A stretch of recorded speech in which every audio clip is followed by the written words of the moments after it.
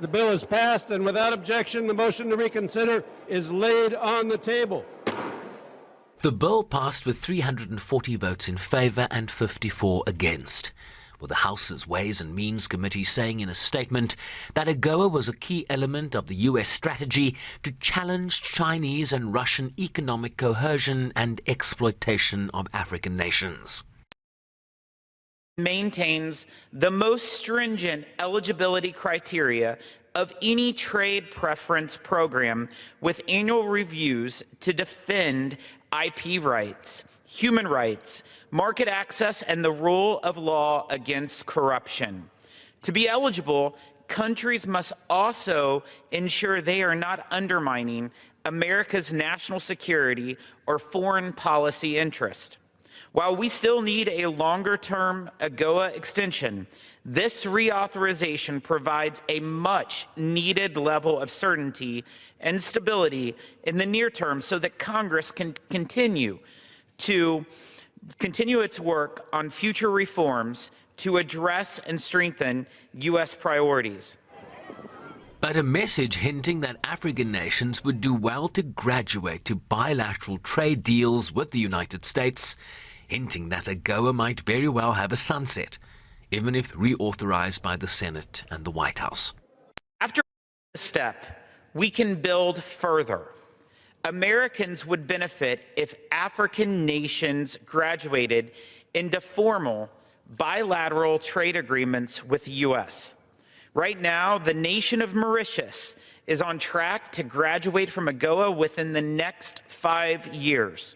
When African nations take steps to expand their markets to American products, graduating from AGOA should have clear benefits, not negative consequences.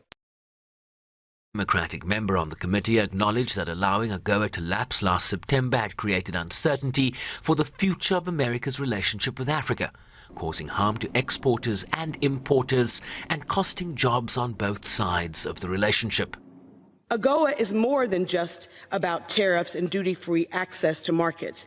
Passing this bill will demonstrate that Congress is committed to our long-term relationship with Africa.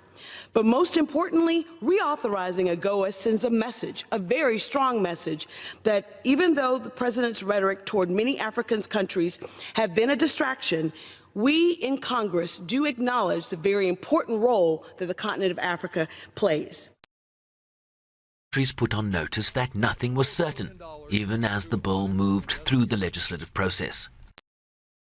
Especially important at this time after the profound damage done by the consistent disrespect by President Trump of Africans, unless they happen to be white Afrikaners, and more importantly, by his abrupt and unjustified termination of the Agency for International Development, which has cost tens of thousands of lives in Africa and other places, and thousands of American jobs. AGOA cannot undo all of that harm, but it can be part of responsible engagement if it's done right. It's important, however, to understand that this reauthorization does not guarantee a single African country the benefits of this bill if they fall out of favor with President Trump. The role of Congress is constrained. The bill continues to empower the President to include or exclude countries entirely at his whim. For being here. A message that will be heard loud and clear in countries like South Africa, given the current diplomatic dynamics between Washington and Pretoria. So, while the House adopted a clean reauthorization of AGOA for 3 years, it now goes to the Senate, where changes to the legislation could be made. Republican Senator John Kennedy already raised the prospect of South Africa's exclusion in an exchange with Trade Representative Jamison Greer in a Senate subcommittee hearing last December. Greer indicated that South Africa was a unique problem and that if the senator felt the country should be given different treatment, that he remained open to separating South Africa from AGOA. Greer also indicated that the Trump administration was open to a 1-year extension of AGOA that could influence the 3-year renewal moving forward.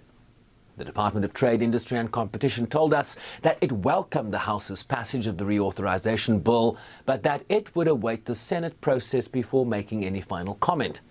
and that they continued to move for South Africa's inclusion in any AGOA extension. Sherwin Bryce-Pease, SABC News, New York.